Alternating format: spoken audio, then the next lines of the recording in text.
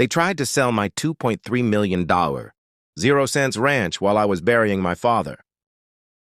I got back at 6:00 a.m. after cutting the funeral short, only to find strangers with clipboards walking my land, a giant for auction sign staked into my yard, an HOA president, Karen Whitfield, calling 911 to report me for trespassing on property. That's been in my family for 3 generations. I never signed up for their HOA. I never gave them a single inch. But they thought I was gone long enough to take everything from me. They picked the worst time and the wrong man. What would you do if your entire legacy was on the auction block while you were 800 miles away grieving? Drop a comment below, because what I did next turned their little fake auction into a full-blown reckoning. My name is Jake Morrison, and I'm a 3rd-generation cattle rancher in Colorado. The 47-acre spread I call home has been in my family since 1967, when my grandfather bought raw land and built everything from scratch: the cedar fence, the barn, even the gravel road leading to our front door.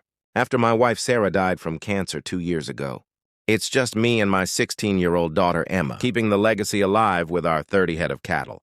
3 years ago, everything changed when developers built the Maplewood Heights subdivision right next to my property.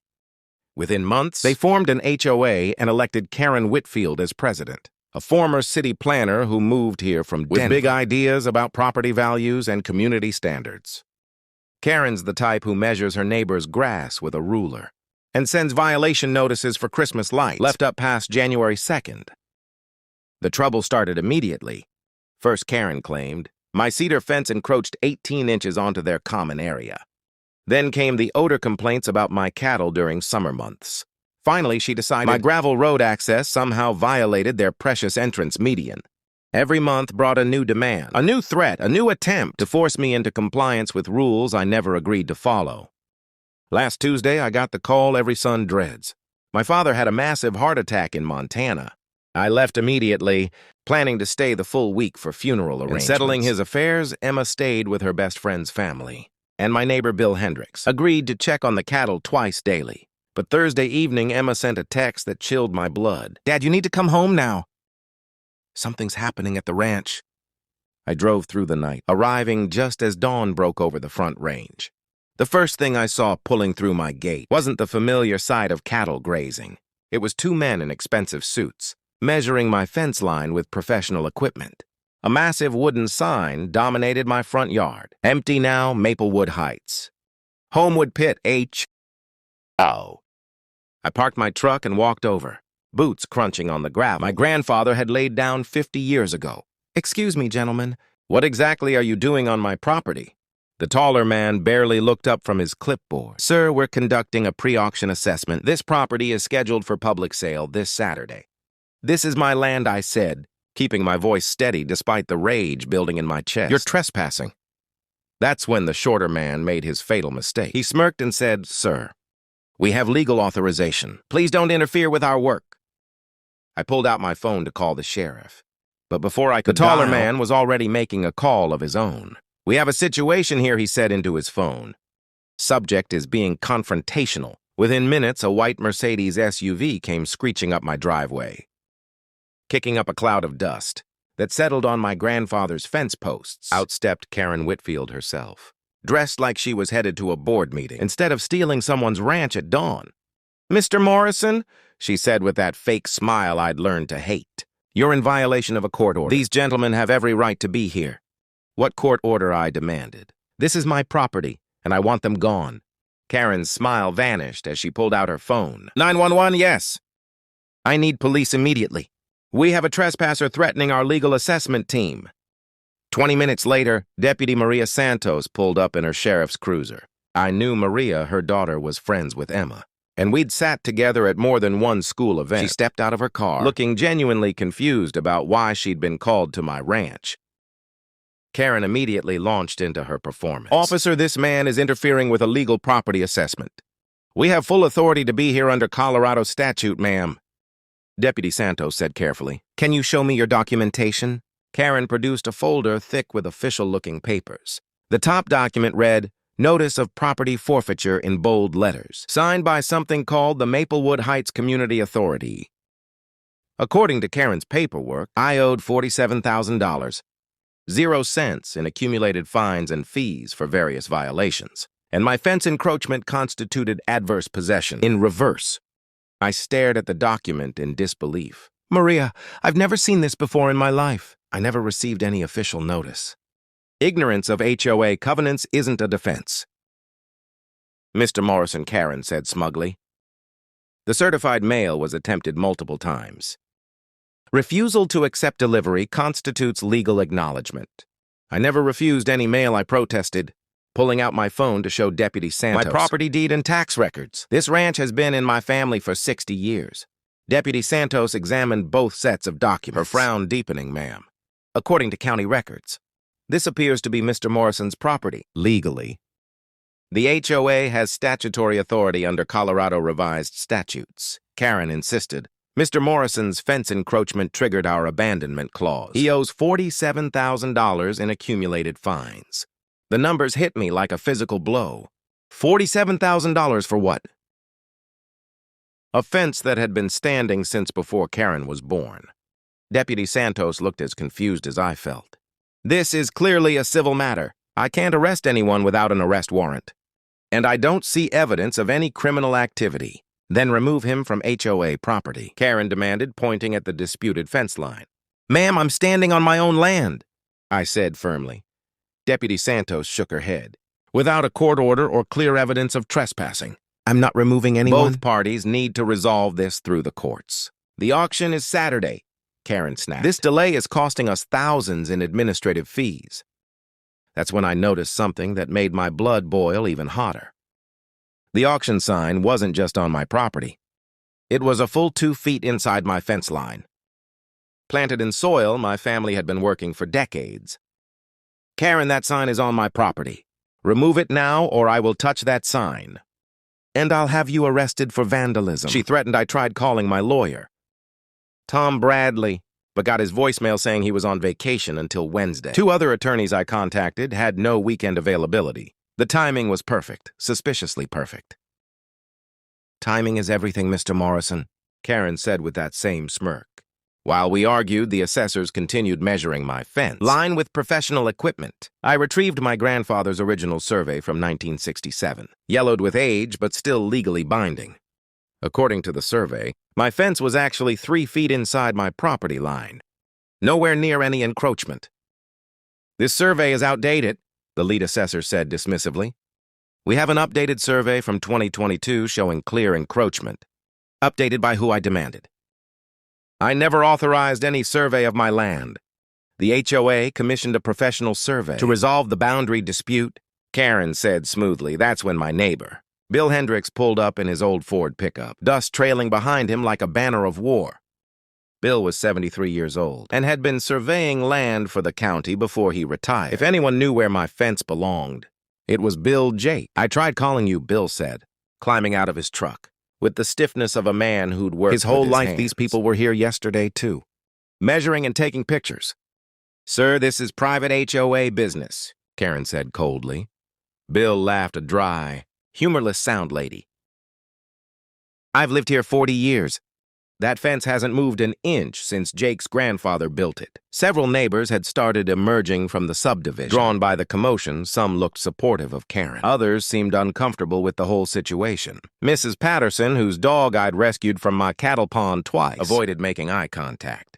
2 neighbors I didn't recognize started taking videos with their phones.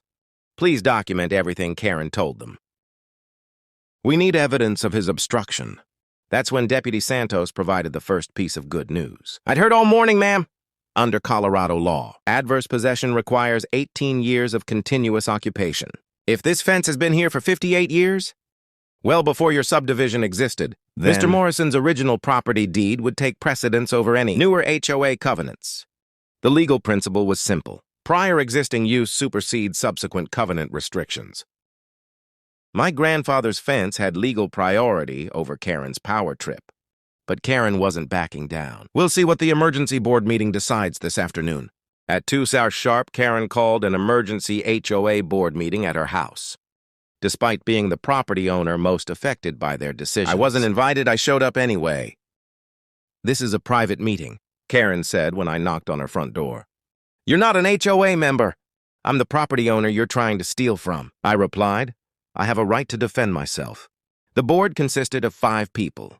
Karen as president, Dr. Richard Stanton as vice president, Jennifer Walsh as secretary, Marcus Chen as treasurer, and Patricia Vance as member-at-large. What I discovered later was that Jennifer Walsh worked for Karen's real estate company, and Dr. Stanton had invested $50,000 in Karen's business. The fix was in from the start. I presented my evidence methodically. The original 1967 property deed with survey, continuous tax payment records, and my grandfather's handwritten notes documenting the fence installation. These are old documents Karen dismissed. Current law applies according to whose survey I demanded. I never agreed to any survey of my property.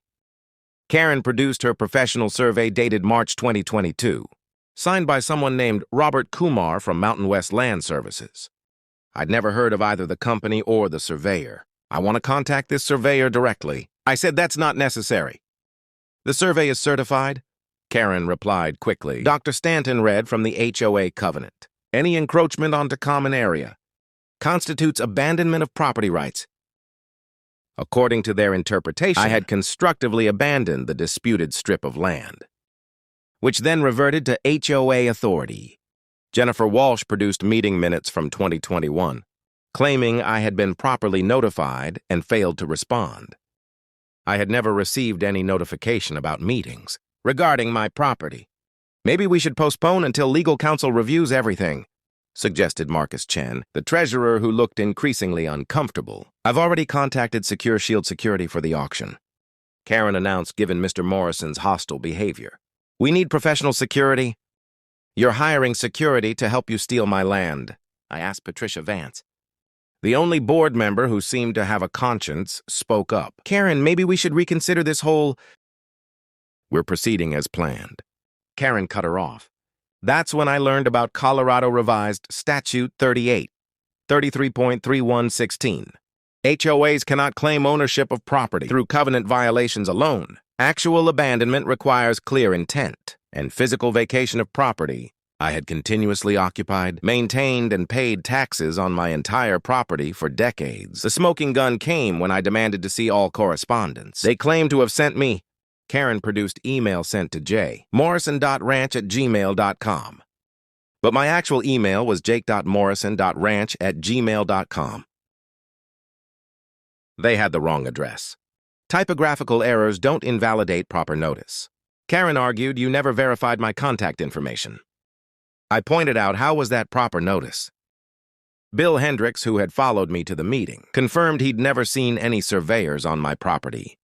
I check on Jake's place every day. I would have noticed strangers with measuring equipment. Are you a licensed surveyor? Dr. Stanton, retired county surveyor. Still licensed, Bill replied, and that fence is exactly where it's always been. When the vote came, it was predetermined, Karen.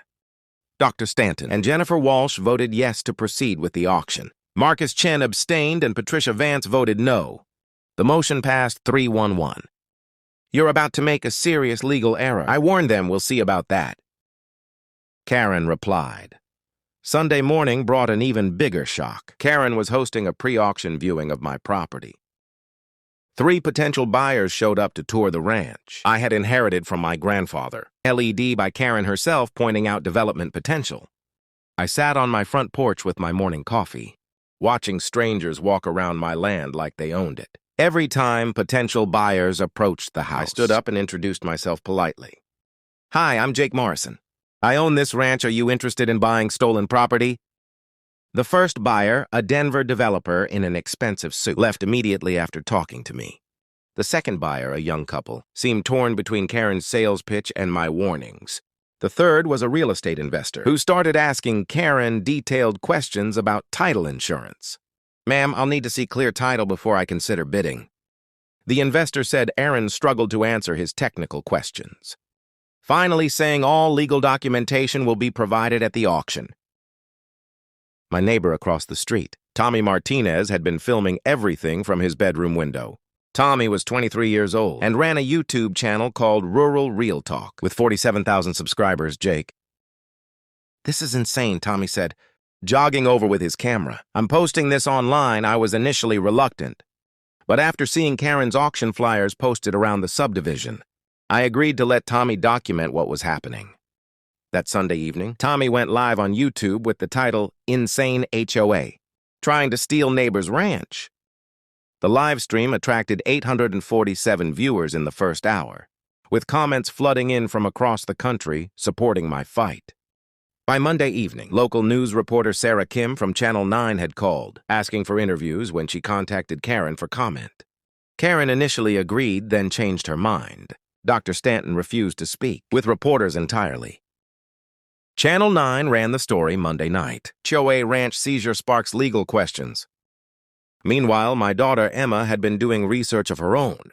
She discovered that Colorado requires specific permits for property auctions, and no permit had been filed by the Maplewood Heights HOA dad.